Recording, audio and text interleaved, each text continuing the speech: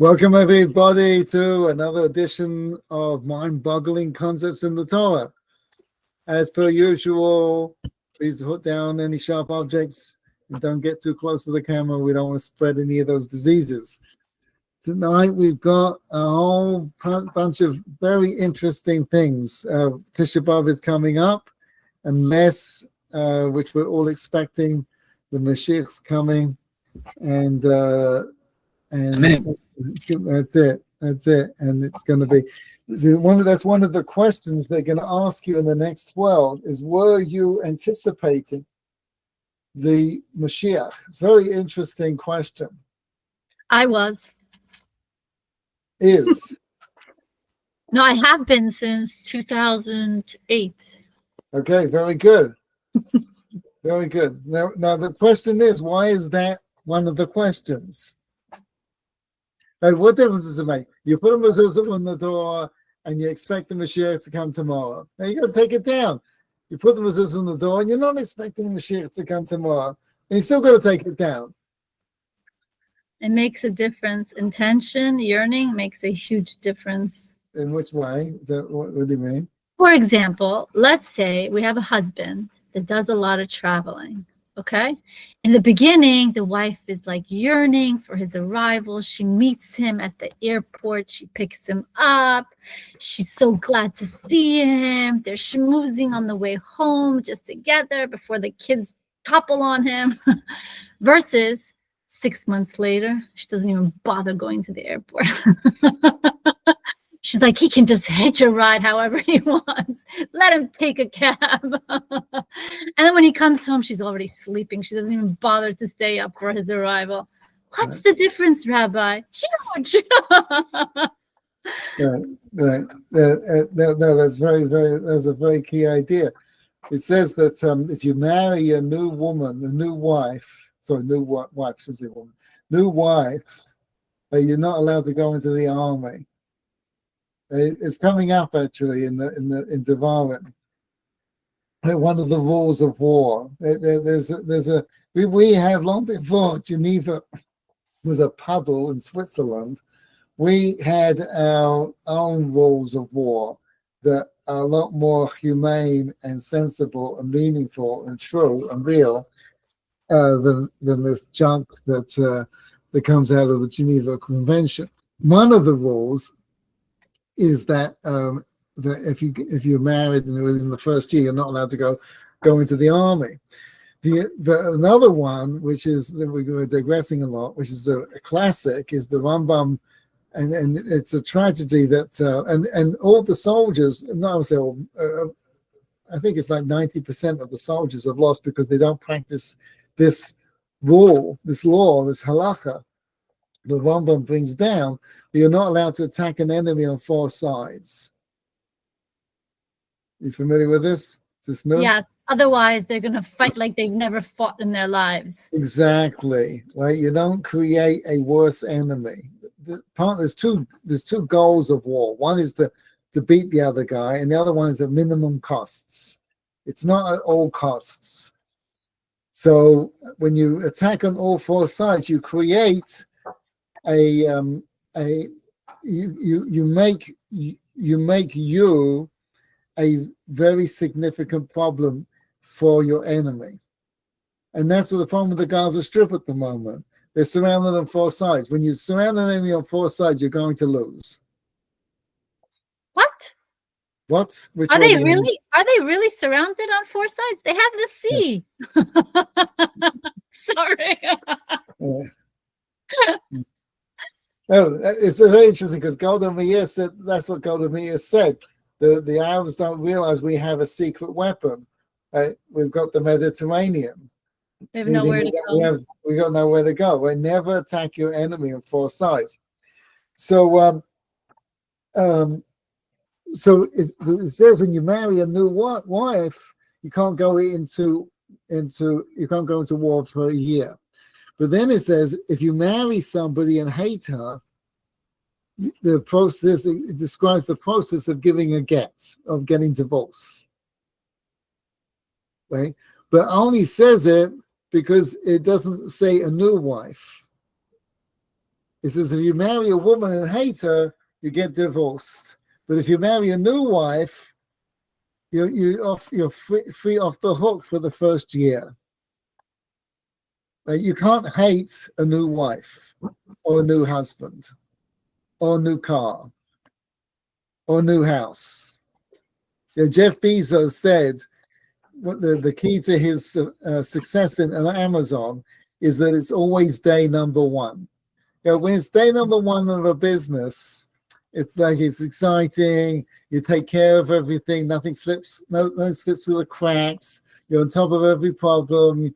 You get back to people. You're eager. Right? He stole that from Hashem. Hayom. He did, exactly. That's exactly right. Right. Unfortunately, he didn't practice that in his marriage. Right? He didn't practice that with people in general. Maybe, right. But definitely not in his marriage. But what you're saying is a very valid point. We know how, like everybody remembers the first day of school because they were thinking in such a way that the ideas of whatever you got or whatever was going on sunk in. Right? The problem with the second day is we forget how to think like that. We know how to think so that we keep our relationships vibrant, so that we learn, that we're on top of things, right? Is just we stop we stop thinking like that. You know how to think, so your spouse is number one. Right? Just do it on day number 2. And day 3,793. Exactly. Right? Just don't stop. So we digressed. I don't know how we got onto that. Anyone know? It's a good digression. Good digression. Right? So we're talking about Tisha B'Av. Tisha B'Av's coming. And Spisi Lishua, that's what we were talking about. That's how we got started. Thank you. Very good. So anticipating Yeshua. So you made a very good point, because like I always say, if you found out you won the lottery, there are very few problems you're dealing with right now that are still going to bother you. Whatever's going on in your life, you just found out you won $1.3 billion, you're going to have a great day. Right? I'm sure Warren Buffett is not going to do anything for him. Right? And Jeff Bezos is not going to do anything for him. And Elon Musk is not doing anything for him. But most people, they win $1.3 billion in the lottery, they're having a great day. Now, the truth of the matter is nothing has actually changed. You don't actually have the money yet. You're going to get it in a couple of months. Right now, you have exactly the same problems you had when you found out, before you found out you won the lottery. Right? But knowing that you're going to solve all these problems, or whatever problems you think you'll be able to solve with the lottery, changes how you think about them today. So, you have a leaky faucet, or your car's a little old, right? Or whatever it is, the issues that you have in life, right? If the Mashiach's coming tomorrow, what's the big deal? Then that's what it means. That's how you that's what you said. Right? That's what it means when you live anticipating the Mashiach's coming tomorrow, just around the corner. This world doesn't bother you so much. It's when you don't think that it's coming, then you got a big problem, because then you got all kinds of issues. Your life, there's all kinds of problems with it. It's a big problem.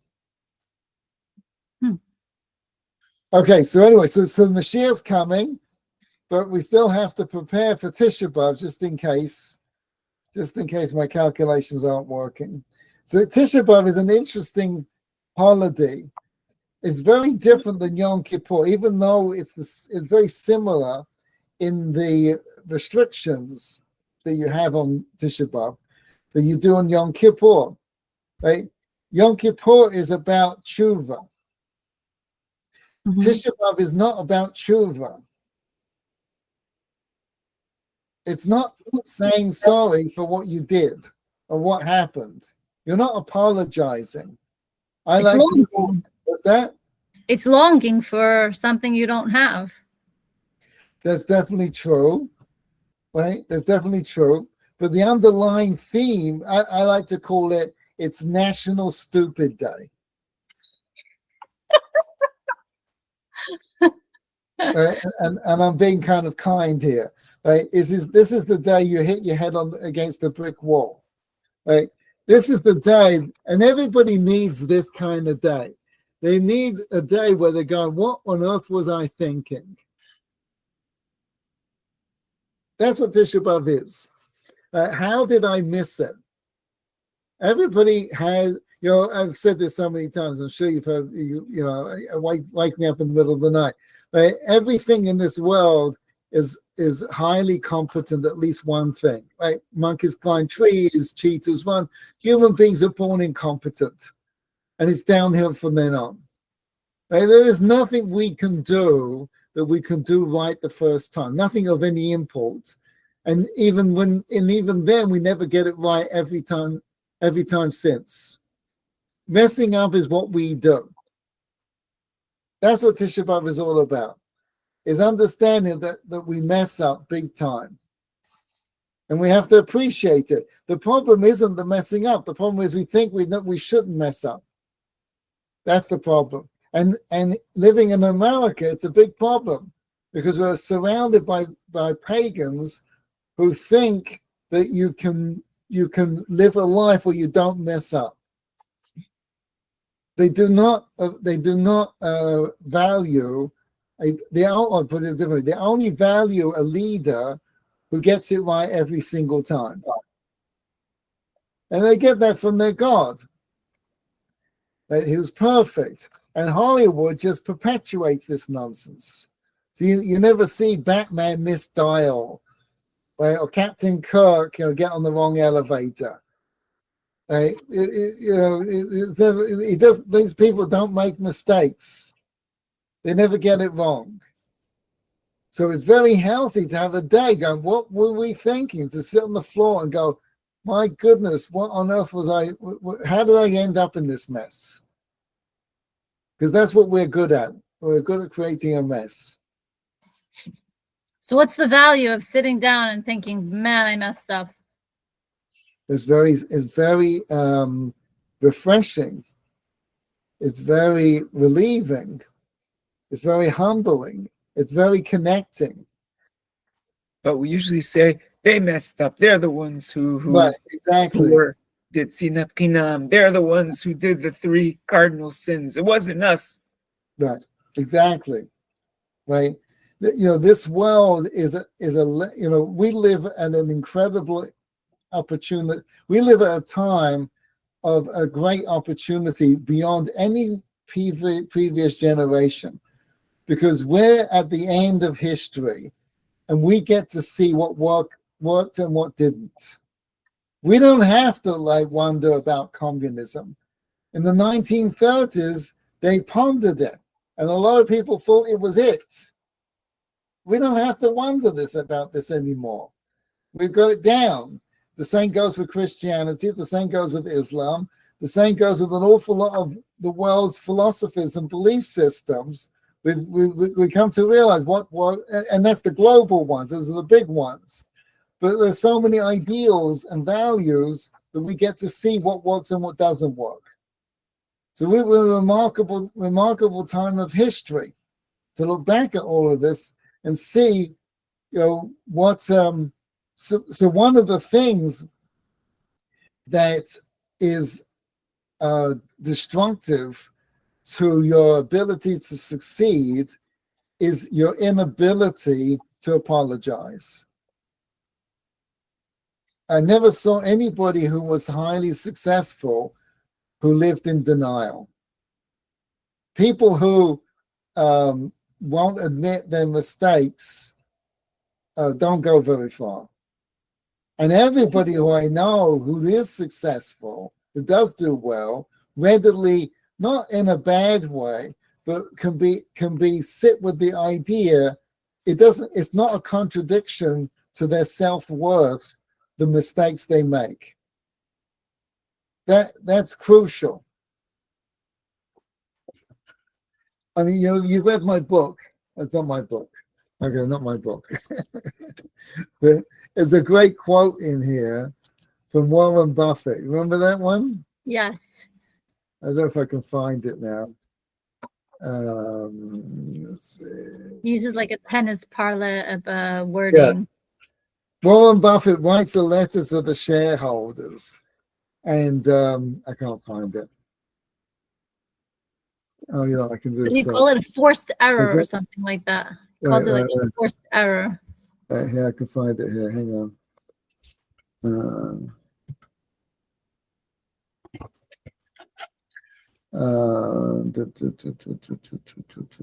Here we go.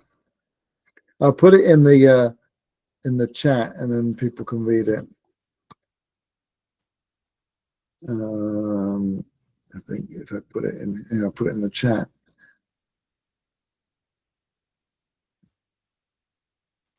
Okay, and now it's confession time.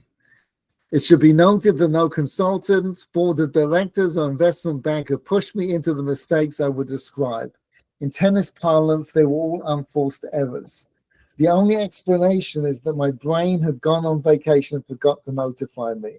My behavior resembled that of a politician Molly Ivins once described. If his IQ was any lower, you would have to water him twice a day. Warren Buffett's 2007 annual letter to the shareholders. I read a few of his letters, and they're very interesting. I mean, I couldn't read the whole thing. They're very long, and they get a little technical about his businesses and stuff. But when he waxes philosophical, he's a pleasure to read. I'm sure one day they're gonna come out with a book of Warren Buffett's ideas and sayings and quotes. He's somewhat prolific. So the point is, you don't get to be Warren Buffett if you're not comfortable admitting your mistakes. It's not just like you force yourself to do it. It's an appreciation that it doesn't take away from who you are. So what would you say about people who are unable, incapable almost, of admitting where they were wrong, or that they have any regrets for what might have happened? Yes, they have no sense of self. Yes. So they're fragile. So they think that they have to keep up some sort of appearance because they're not comfortable with themselves. It's tragic. They're missing out on so much in life. How do one even helps a person like that? It's very hard. It's very I had hard. a fight with one of my kids. He wasn't saying the truth, and I probably shouldn't have done it. I don't know, but I got into a big tizzy with him. And then I'm not proud of this, but the truth was more important. It got to the point where I made him cry. And then exactly. And he finally admitted it. I'm like, I don't care that, you got distracted and, you forgot, but like, don't lie and say such and such and such. So it was a learning experience. For who? For both of us. No, I mean, that's what you're supposed to do. I mean, the reason why you have parents and not just, you don't come out with a manual about how to live life. Like you don't come out of the womb with a book. Here's what you need to do. You need a mother and a father. It's because the technique of parenting is emotional. That's the only way you're going to get through. Is you have to. It's not about being logical or reasonable. You're not going to make it that way. It's whatever you've got to do to get through to them. They're making a mistake, or whatever the idea happens to be. That's fair game. I think for certain personalities, it's much harder to admit to a mistake than others, because I could see for sure some of the older children have an easier time admitting, but this child, for some reason, very difficult. Yeah. Okay. Well, Adam made a tremendous mistake. and what he bequeathed to humanity is that mistake. And every generation has a little piece of that mistake. So you perfect yourself a certain amount, and then you give your children, let's say you're given, 10 points on this mistake. So you take it down to 9, and now they've got 9 points to go, and they take it down to 8. And each of us are born with a deficiency, an issue, a problem to solve, a perfection in the sanity of humanity. It's again something I talk about in the book, but you can't go back once you've learned. Once you've learned how to ride a bicycle, once you've achieved knowledge from the eight Tzedakos, once you've achieved eaten from the eight Tzedakos, you can't go back. You can't ride a bicycle the wrong way anymore. Oh, I had to brainwash myself into this kind of thinking for like several years, so much so that my kids remember. I used to have a playlist of like a recording of myself saying, I accept my mistakes. I accept my children's mistakes. I mean, I went down the list and I would listen to it while I'm waiting in the car for That's somebody, good. whatever it is. They still remember that I have no idea what happened to it because the phone's changed, and you lose stuff. Right. That's very good. That's very good. It's chazara. It's going over what you've learned. Daily for several years. Yeah, 100%. It's very powerful. It's very good. I used to do it. I don't do it so much anymore. Maybe because I don't have so many, maybe I don't come up with so many chidushim, but I used to have a thing that I wouldn't go to sleep until I came up with something new I learned. Ooh. And then I would send myself an email, and you just keep adding on to the email. It's very powerful. Yeah. So you have like 300 new ideas every year, no? About? Yeah. If you keep it up, it's very. I mean, you should. Every day is a new lesson. So, what did you learn today? I'll tell you what I learned for Av. What's that? I'll tell you what I learned for Av, for the month of Av. Yeah, go ahead. This is very powerful. I don't know where it came from. Hashem must have downloaded it.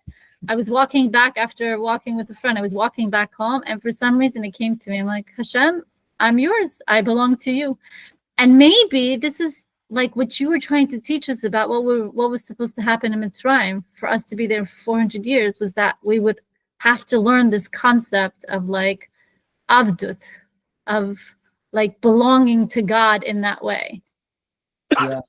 Wow. Very good. And don't Very think me, good. Hashem came straight. Whoosh. That's it. Very good. Very good. All right. Well, that's the way to go. I love it. So when you learn something every day. Okay. So anyway, we're on the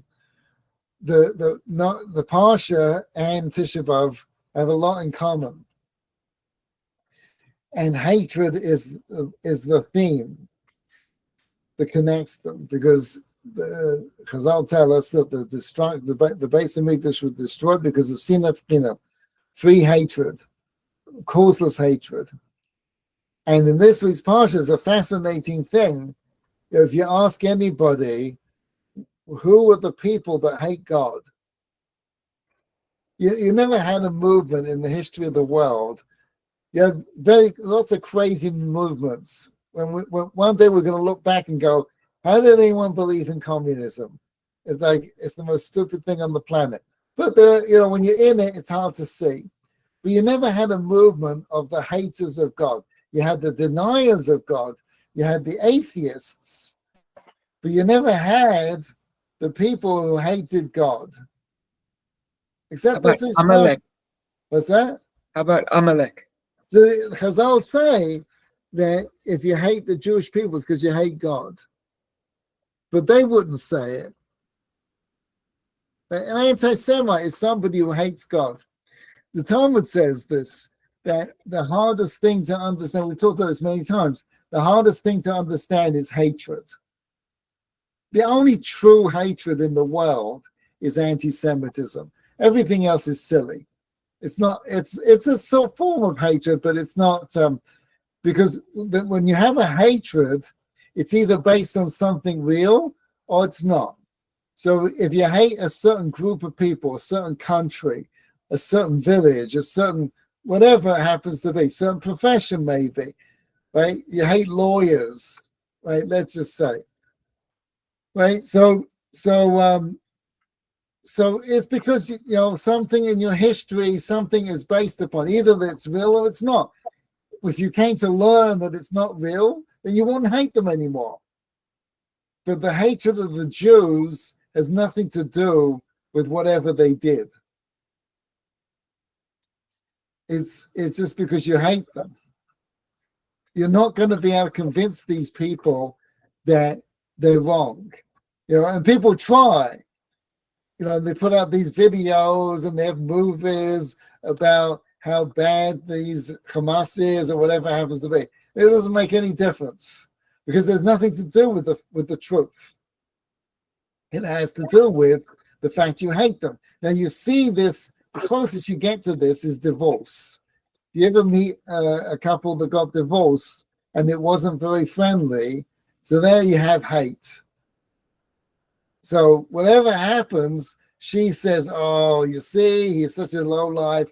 And he says the same thing about her. And even if you try, which I would not recommend it, even if you try and convince them that they're really nice people or they didn't do it, it won't make any difference. They're not looking, they don't hate because of these things that they do. They hate them and they're just looking for things to pin it on. That's the same thing with anti-Semitism. Mm-hmm. Right? But in this week's Parsha, Moshe says the reason you were so upset is because you hated God. Wasn't there a Rashi that meant that it wasn't that you hated God, you really hated yourself and you were pinning it on God? That's right. Right. The verse says, God took us out of Egypt. You said, Moshe says about them, that you said, God took us out of Egypt because he hates us. Which is absurd. What's that? Which pasuk, Rabbi? Chapter 1, verse 27. Mm-hmm. So Rashi comes along and says, you got it backwards. It's not that God hates you, is that you hate God. And how you think about someone else, you put it upon yourself. You put it upon them. So how can you have such a thing? It's absurd. So the Midrash gives a parable. It says it's like a father that has two fields, or a king who has two countries. One is very arable and produces lots of great food, and the other one is like a desert. And he has two sons, one he loves and one he hates. So which one does he give to the one he loves? The arable land. And the one he hates, he gives the desert. Right? So you have two countries. You have Egypt, which is called, in the Torah, it's called the Garden of God. Because the Nile, as opposed to most countries, it has a regular irrigation system. Everyone lives along the Nile. It's a very thin river, thin country, which is what Mitzrayim means, to be narrow. Even till today, it's still most of the population lives along the Nile. So it used to produce the best produce in the world until the Sinwar Dam came along and destroyed everything. But that's beside the point.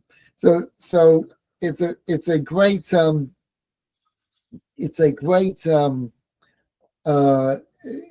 country, and that's why it's an ancient country, because it was always able to feed its populace. It's also surrounded by a desert, makes it very difficult to attack. Mm-hmm. But the land of Israel has nothing like that. It has no natural water system, irrigation system. It all relies on the rain. And it's in between two great continents, Asia and Europe. And it was the trade route. So everybody wanted it. It was very hard to defend. Very thin, narrow strip. Where even till today, it's still a problem. Right? So they said, you have two countries. One's arable, Egypt, and one's arid, Israel. And you have two people, the Egyptians and the Jews. If you loved us, you would kick them out and give us Egypt. That's a strange comment because of the fact that, you know, what it says in the Talmud, how Egypt there were 10 measures of tumah that came down, and Egypt took 9 out of 10. I mean, Yeah, so really you want this place that's full of tumah to live in? that's absolutely true, right? There's lots of disadvantages to on a Ruchnius level, but that's not what they're talking about. It's the same way. It's like you have 2 children, right? Let's say twins, and one day they're sitting talking to each other, and they both go to different schools, and one of them describes his day. He wakes up, has a wonderful breakfast, he goes to school. First period is finger painting, then it's recess, then it's snack, then it's go back for music therapy, then it's wandering in the park, and then it's lunch, and it goes on all through his week like that. And the second one says, "Oh my goodness, that sounds incredible. I have to get up at 5 o'clock in the morning. I have to rush to school.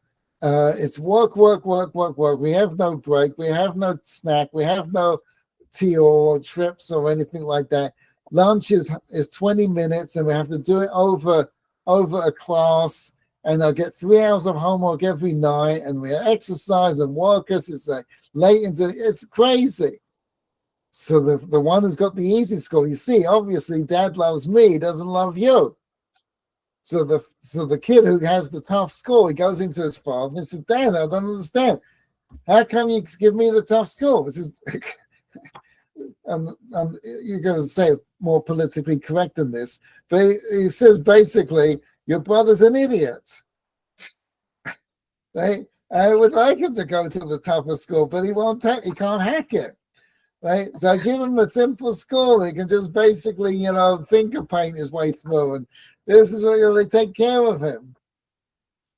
Right? But you're a genius, and you're smart, and you've got something to give and something to work with.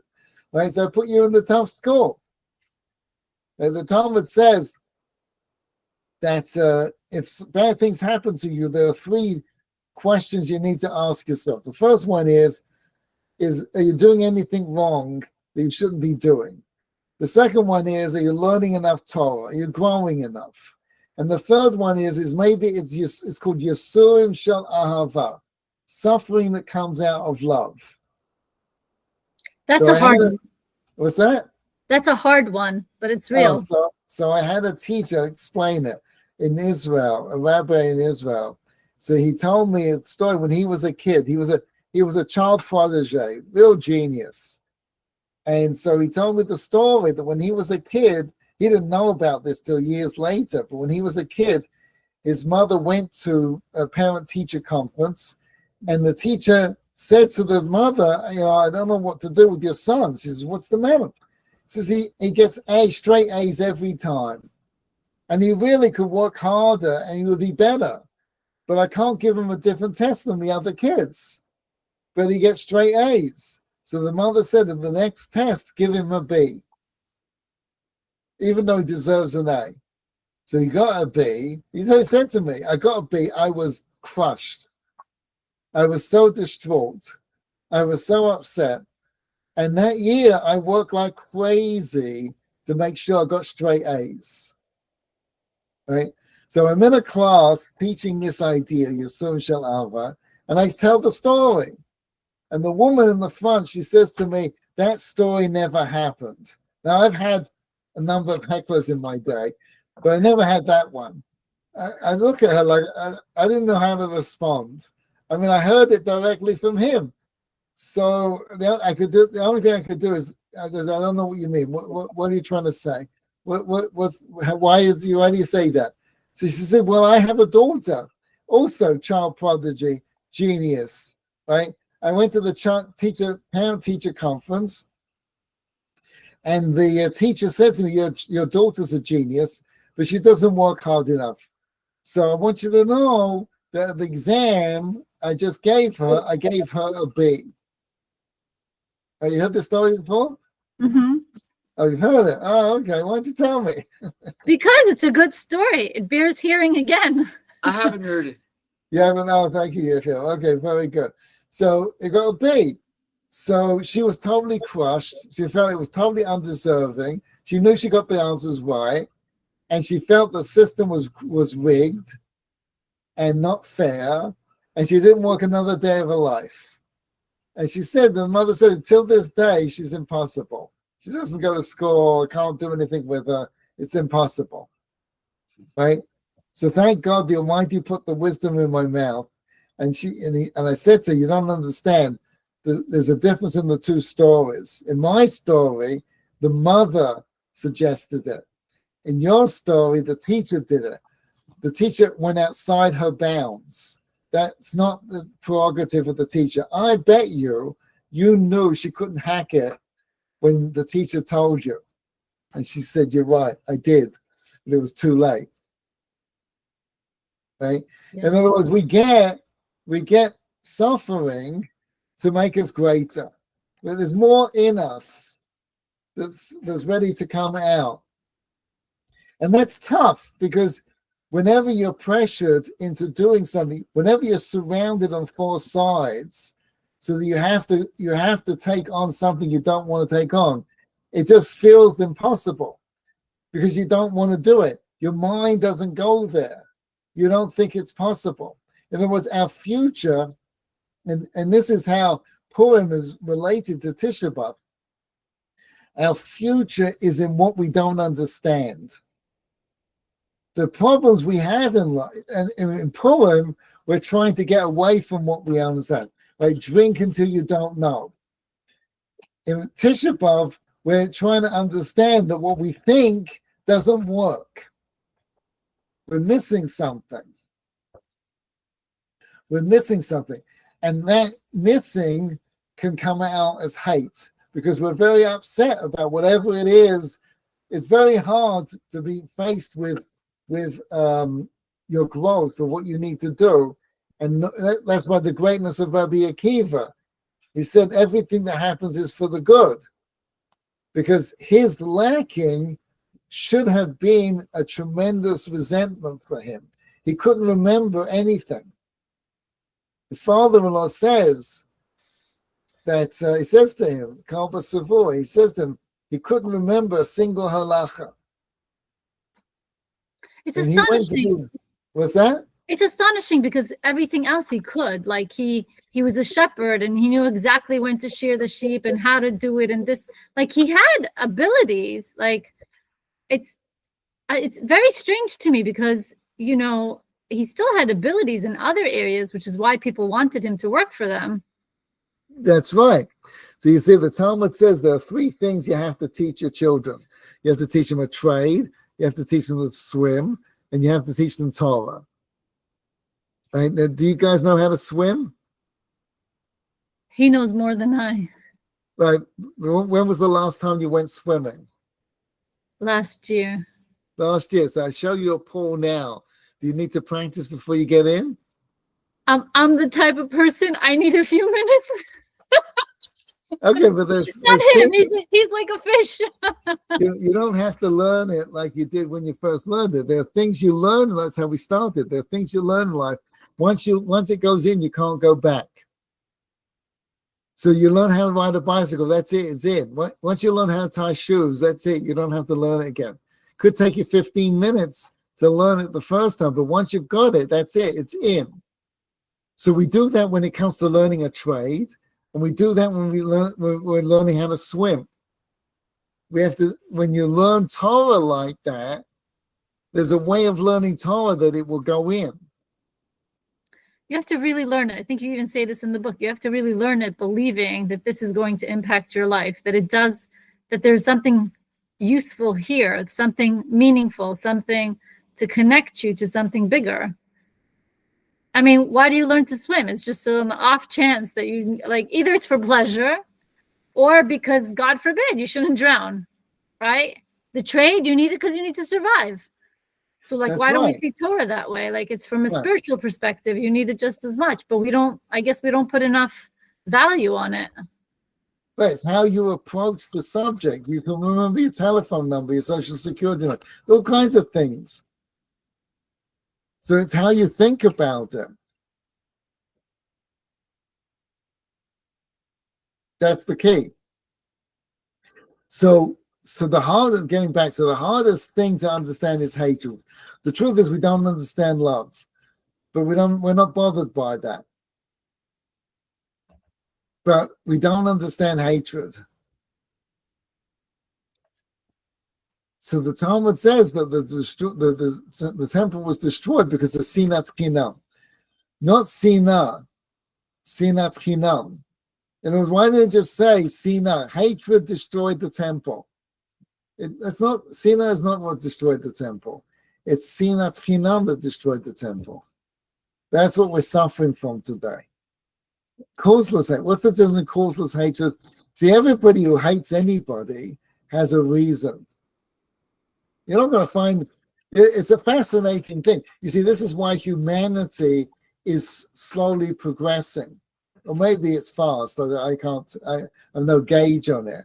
But you see, the anti-Semites have to use a humanitarian reason. The Nazis just said we're rats. If they said anything, they just said they killed the Jews, right? They didn't need much of a reason. But the anti-Semites today, they have to have a reason. They have to look good. Well, they have to. The barbarians are a higher quality barbarian. Right? This is not your common garden barbarian anymore. Humanity has improved. It's hard to see when you're in it. But anyway, once you've learned something, you can't go back. So all of humanity is taking this piece of Adam, this mistake, and improving on it a little bit. You improve on it a little bit, you pass it down to your children, they get a little bit better. Every generation just gets a little bit better. You can't go back to what they were thinking before. Once you've learned how to ride a bicycle, you can't go back and envision life and think about life in ways that you could not ride a bicycle. Once you've learned something, you can't go back. So we're all progressing forward. Humanity is slowly improving. It's hard to see because everybody's the same. But the truth is, humanity is on a far higher level than it definitely was 100 years ago, even by the Holocaust. It's a remarkable thing. You see, America is an incredible thing. To have a president of the United States and a significant percentage of the politicians, of the leadership of the country, being so adamantly anti-Semites is just mind-boggling. It's never been a case like this, a situation like this in the last 2,000 years. Nothing recorded, at least. You had people who love Jews and pro-Jews, but you never had this defense of the Jews like you've got it today, who are so clear that anti-Semites are evil. It's a remarkable time we live in. This is humanity growing to a new level that we've never had it before. Well, also, Trump has said in the past that, he doesn't think that a person can be happy without God in their lives. When he said that, I almost fell off my chair. Right. I'm like, Right. What? Did a president of the United States actually say that? Well, what's remarkable in saying that is I think he's come to that. Yes. I don't think he believed that or ever imagined that on his first term. I think he just used God as a prop. It was just one of the things he did. It wasn't meaningful to him. I think the assassination attempt has really affected him. But anyway, let's just wrap this up with what is sinat chinam? What is free hatred? So the word hinam is also used in the Torah. We see it by a few parshas ago that the Jewish people said, we remember the fish that we ate for free. Now, it wasn't free. Number one, they were slaves. And number two, Rashi points out that they had to pay for the fish. So what do they mean free? So it means relative to what they have to pay in the desert. And there's a whole long thing what that is, and we're not getting into that now. But nevertheless, right, when they said free fish, they weren't realizing that to have that fish in Egypt, they'd have to go back to being slaves. And they'd have to pay for it. Sinat Chinam means you don't realize the trouble you're causing yourself by the hatred you have. Right, you don't look forward. You're not appreciating that this is shooting yourself in the foot. When the people protest in Tel Aviv and Israel about Netanyahu, and he's not my favorite politician, but and I'm not sure I even have one. But when people protest, right, the hatred they have for him is self-destructive. If they were to be successful in overthrowing the government, they would not like what they get. That's Sinat Chinam. Right? When Ben Gurion sent Rabin to shoot the Altalena, the Begin's boat in 1948, that's Sinat Chinam. It doesn't realize. Thank God Begin was bigger than that. They doesn't realize what it could cause, the rift it would make and it would create in the society.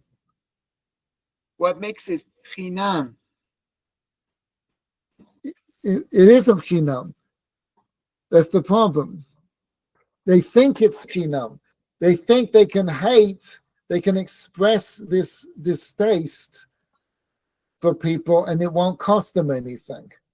That's the chinam. That's the sinat chinam. That's what they mean, and that's why Bar Kamsa is the perfect example. Bar Kamsa goes to the Romans. Everyone in that scenario is engaging in something that is self-destructive. The Kamsa, Bar Kamsa, the rabbis, the people at the banquet, everybody. Like what you're doing now is just self-destructive. I've seen it myself, people who engage in vitriol, and they, for no reason, for no meaningful, it doesn't achieve anything, and it destroys their own lives. The Rambam writes, I've seen communities decimated, physically decimated, because of the machlokas and this destruction that it creates, that they created. And this is why we need Eretz Yisrael, the land of Israel. Because in America, you can think that you can protest and it won't destroy you. In Israel, they're not that stupid.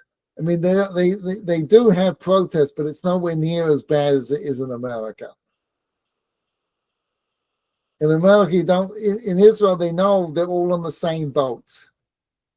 So when you had all these people protesting, if you remember 2 years ago, protesting the Netanyahu government, right? And then October 7th came, and everyone gets on the bandwagon, right? The people, 100,000 people are flying back to Israel to go into a war zone,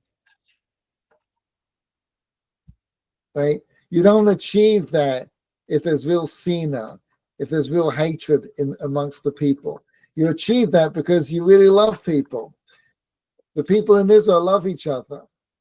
Now, when you love somebody, like you said with your son, when you love someone, they can get under your skin, or your spouse, or your brother, or your sister, and they can get under your skin. But don't confuse that with antipathy. Don't confuse that and think that you don't love them. Once had a woman. I see what you're saying. I felt bad because I could feel how bad he felt. I could feel his pain with my confronting him. And I could totally feel like how hurt and upset he was that I was pushing it so much to the point that I made him cry. Yeah. And that was hard, but I knew it had to be done.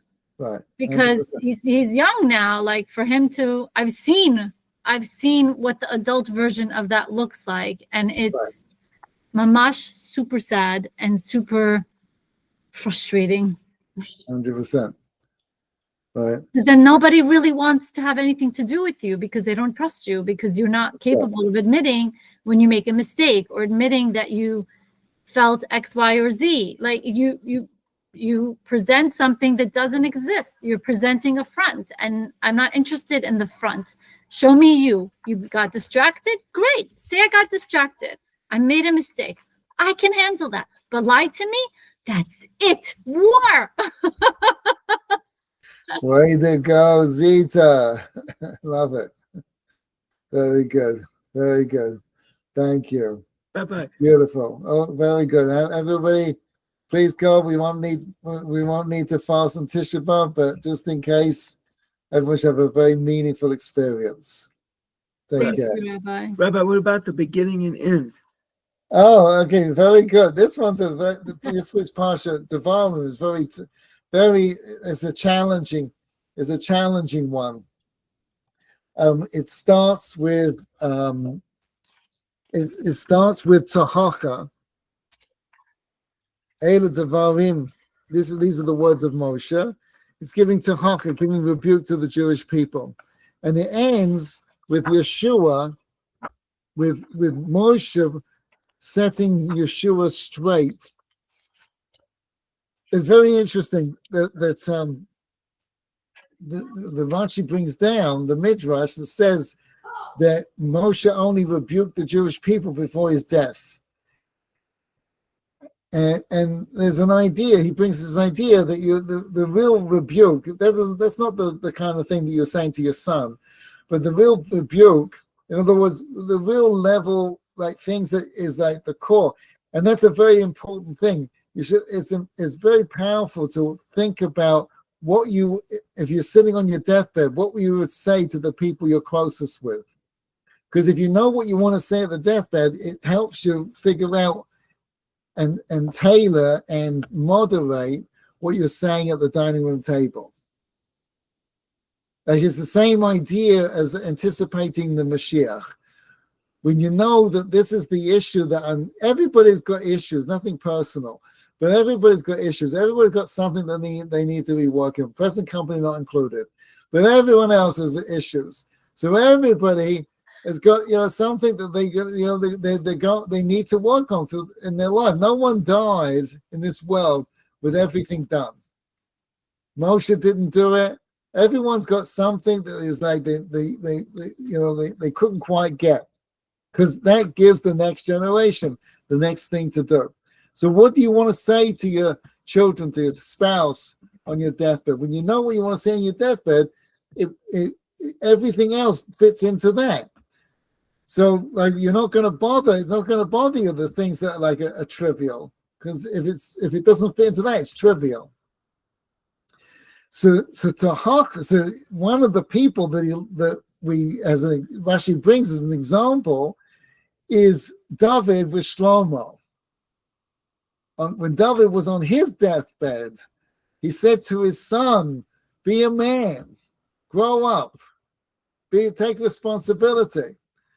That was the Tahacha. So Tahacha doesn't mean your tie doesn't match.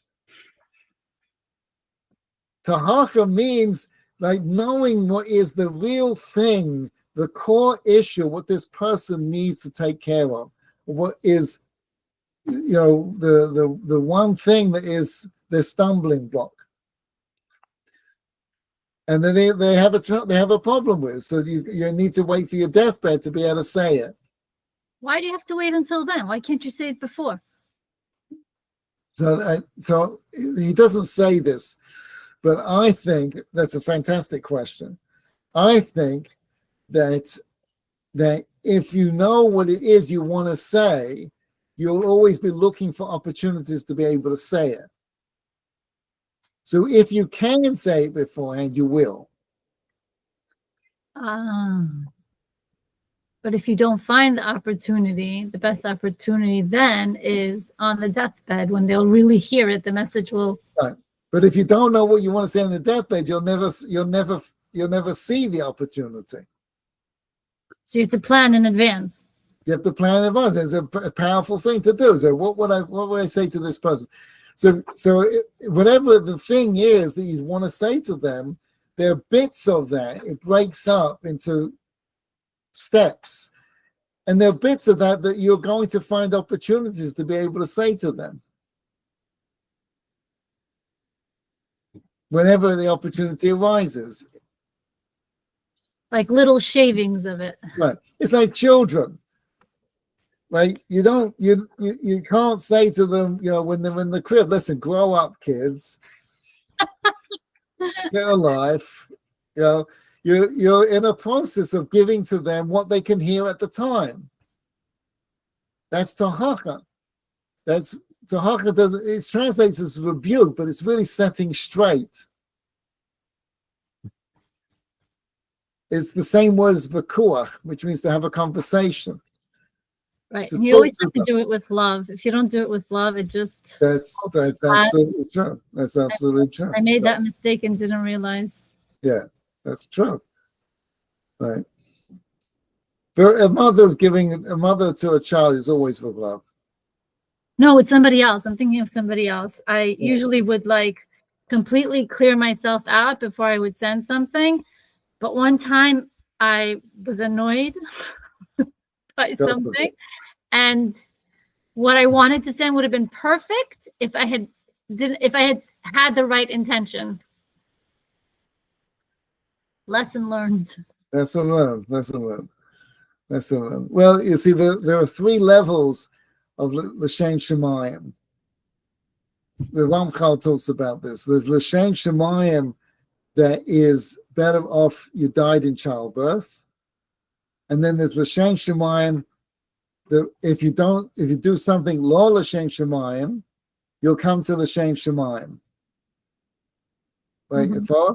So there's a second type of not l'shem shemayim. That's a good not l'shem shemayim.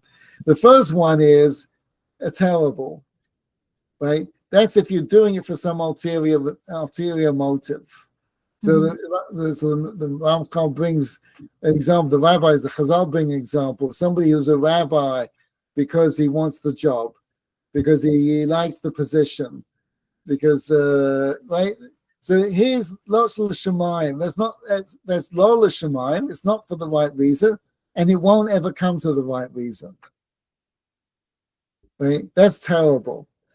So what's the other lo l'shemayim that will come to the shem shemayim? So there you're doing it because it's the right thing to do. Mm-hmm. That's a good lo l'shemayim, right? That's a good reason to do it, because it will come to doing it for the right reason. It's the right thing to do. Otherwise, you wouldn't do it. Right, that's true. Otherwise, I wouldn't have bothered. I don't bother otherwise. So it's not as bad as people like. The fact that it doesn't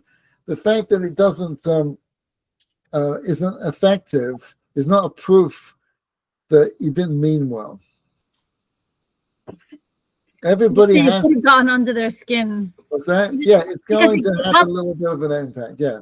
So it did get under the person's skin, but not in a good way.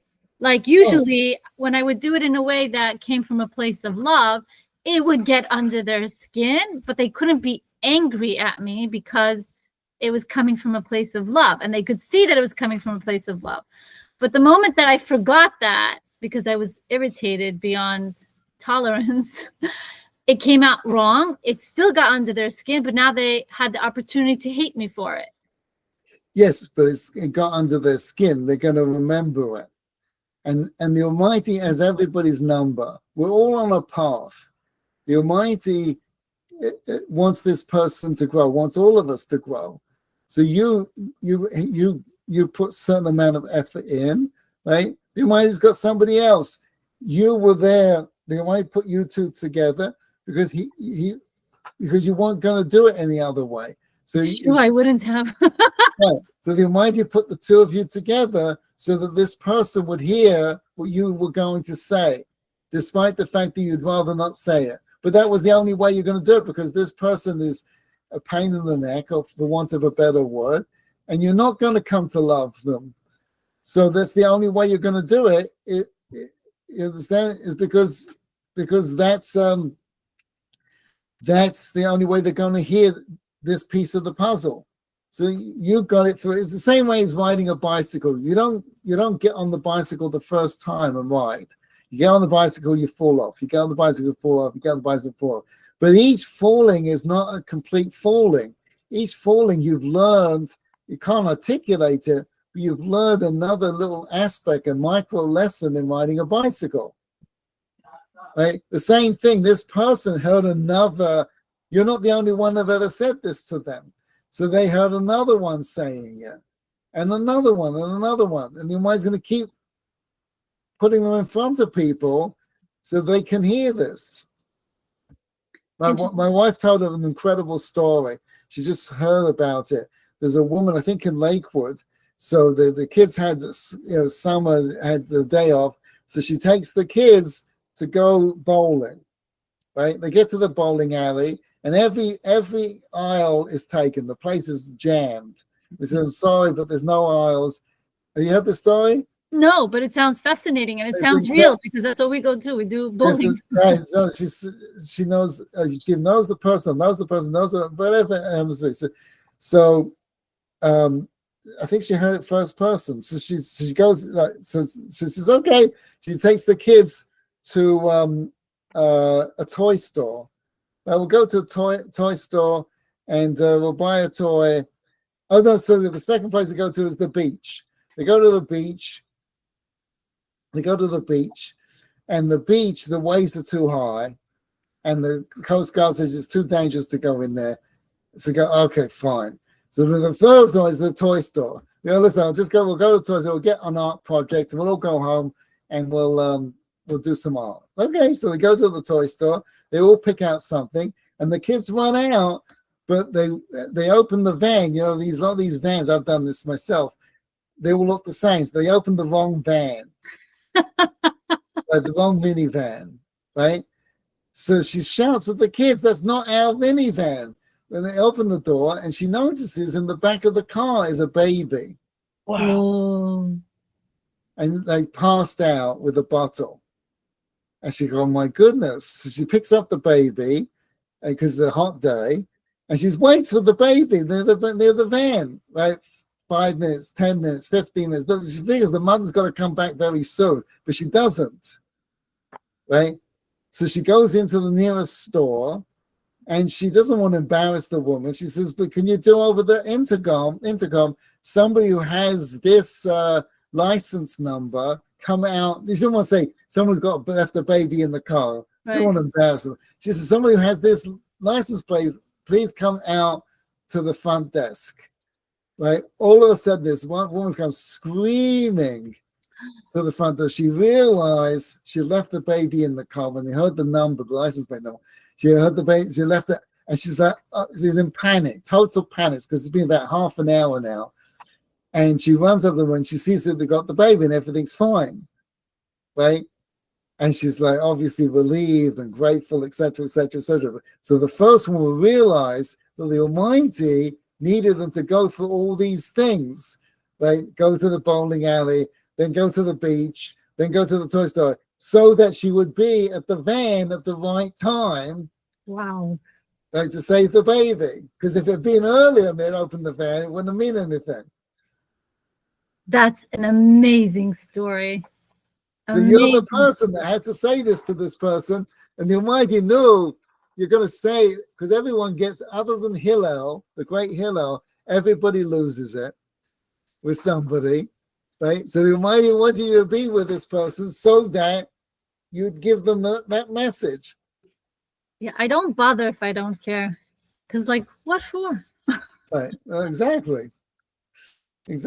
So keep it up. Thanks, guys. Thank you, Rabbi Baars. Have a meaningful fast. And remember, you're Hashem's. You belong to Hashem. That's it. 100%. 100%. Take care.